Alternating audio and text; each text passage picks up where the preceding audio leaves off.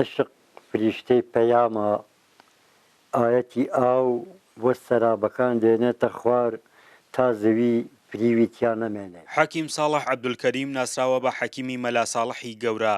وەک زۆر جار نووسەران پێی دەڵێن مانگێک لە تریفەی ڕژاوی وشە لە ناو مێژوو ئەدەبی هونەری کوردی هەڵەبجە و کوردستاندا ناوێکی دیارە. ئێستاشی لەگەڵدابێت لەگەڵ خوێندنەوە و نووسینەوەی سەر چاوە مێژوویەکاندا زۆربەی کاتەکانی ژیانی لە کتێبخانەکەیدا بەڕێدەکات.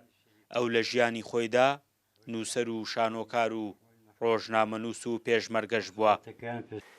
منیژە لە سەرەتای تەمەندا 7 ساڵیە چوومەتە قوتابخانە درێژم بە خوێندنیاوە تا گەشتمە زانکۆ، بەڵام زانکۆکەم بۆ نەچوە سەربەبۆنەی کاروباری سیاسی. هەرچیەک دڵم بیکرێتەوە لەم کتێبخانە هەڵی بژێرم حەزم لێتی، بەڵام دیارە منیش وەکو زۆرێک لە گەنجەکانی تر سەرەتا بە شێعر دەستم پێ کردووە.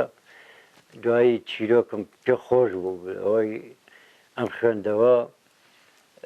بابەتی ڕۆژنامەگەریش ئەو وەختە ئێمە لە هەڵەبجە کتێبخانەیەکی کاک عومەری کاکیمانە بوو، یادی بەخێر ڕۆژنامەی هاوکاری بووە هات، ئەمان خوێندەوە بەشی ئەدەبی تیا بوو، زۆر سوودمان لێ وەرەگرت.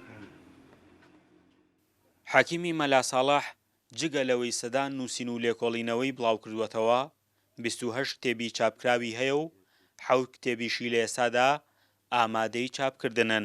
حەقیبەیەکم هەبوو بۆم کردە کۆڵم بەیان نامە و نامەم بۆ بەهاتایە یا هەندێ شتی پێویست وەکو شریتی تەجیل لە ناو شارە کۆڕە ئەدەبیەکانە لەبەر شریتەکەیان بۆ ناردم. ئالۆ بابەتانە کۆڵەکەم قرس بوو بوو هاتینەوەم هەڵەبجە خۆمان شاردەوە لە ماڵی کەسێکی نزیکی خۆما. پێم وت ئەمانم کرد بۆ ناو ئالاگەیەکە، وتم ئەمانم بۆ هەڵبگرە. اینجا کۆمەڵی وێنەی زۆر چاکیشی تیا بووی ئەو سەردەمە بۆم هەڵگرنە تا بزانین ڕۆژگار چۆنە بێ. ئیترەوە بوو هەڵیا ئەوان بردبیان لەو دەشتی گوڵانی خوارووە چاڵێکیان بۆڵکەنەوە هەر بە ئالاگەکەەوە خستبیانە ناو چاڵەکە. کاتی ڕێکەوتنەکەمان بوو ساڵی 84 لەگەڵ حکوومەتی عێراقا، هاتمەوە چوون بە سەریوە چوین دەڵی داڕزا بوو بە سەرێکە کەرکی پرسێکی پێوە نەما. لە بەڕێوەبەراتی گشتی ڕۆشنبیری و هونەری هەڵەبجە پەیکەرێک بۆ حەکیمی مەلا ساڵح دانراوە. وەک بەڕێوەبەری گشتی ڕۆشنبیری و هونەری هەڵەبجە دەڵێ ڕاوێژ بە توانا و دووربینیەکانی حەکیمی مەلا ساڵح دەکەن.